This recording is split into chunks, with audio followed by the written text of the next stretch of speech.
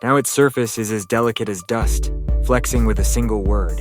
The human spirit is no longer the bedrock at the end of contemplation, but like gelatin, exposed to the heat of concepts, it changes shape before it is touched. Elaborate lightness is the mechanics that turn the weight of modernity inside out. To flex, it is neither escape nor defeat. Softness surpasses hardness. But when the flexure becomes too fine, too thin, it cannot even touch the world, but only begins to gain mass in the name of emptiness, like an endless sheet of paper folded inward and inward. Emptiness comes not in the form of lack, but in the form of excess. Because of the excess of thought, emotion becomes a gibberish, a play of threads in the twilight of a shimmer. If you play with the dust of glass, light shatters and pierces the labyrinth of diffused reflections. There is no substance to be grasped, only dazzling illusions. Like ears of reeds fighting in the wind, the slight inclination of the surface is repeated without a sound. Wearing a transparent garment called frivolity, it seems to escape the yoke of gravity.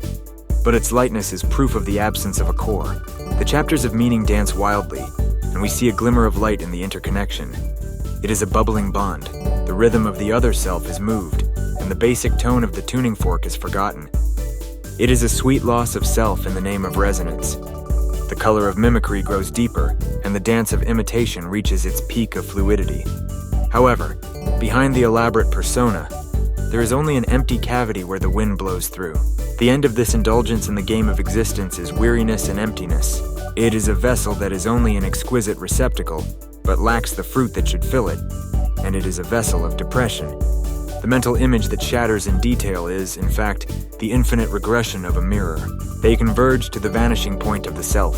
The bending branch, unable to support the heavy fruit, hangs its head to the earth. It bends because it is light, bending because of the lack of inner substance. It sways without a sure will as the wind blows. It calls its changeability freedom, but it knows that it is nothing more than the flux of a water plant whose roots have been severed. The sharp edges of rigid reality fear that they will break the soft skin, and they are bewildered by the mirage of infinite choices, losing their resolve to stay in one place. The pleasure that glides across the surface like a sweet poison paralyzes the anxiety that lurks in existence. The strings of the soul, drawn to the limit, snap and return to absolute zero. The amplitude of the bending creates a minute crack, and through the crack, the light of dawn, which has not yet been seen, shines through. The truth of the paradox is revealed at the end point of the fine, thinly bent string. A coma awaits at its footsteps, dangerously yet lightly, and an unmeasured coma awaits. The contour line of the self continues to bend, waver, and flicker. At the end of it all, drifting in, is this inexpressible emptiness. It is an echo that announces the end of all things, the inevitable baptism that leads to the true origin. It is drawn in the desert of the mind like a wind ripple, and then vanishes in emptiness. All that remains in the silence of the empty kalpa is the faint sound of bending. Like a trace of an attempt to imitate the shape of the wind, it floats lightly, yet insincerely, in the depths of the mind. Existence is so finely dismantled that each particle shows a different face each time it is observed, and each time we reconstruct, I. But the construction always collapses halfway. But the construction always crumbles halfway through, and the words flow out to the periphery in search of a core of meaning. It is not matter that bends, but concepts.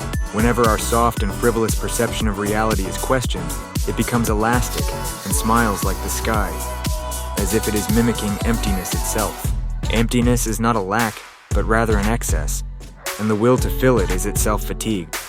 Information increases, contours blur, and the more one's palm desires certainty, the more easily its surface tension is broken.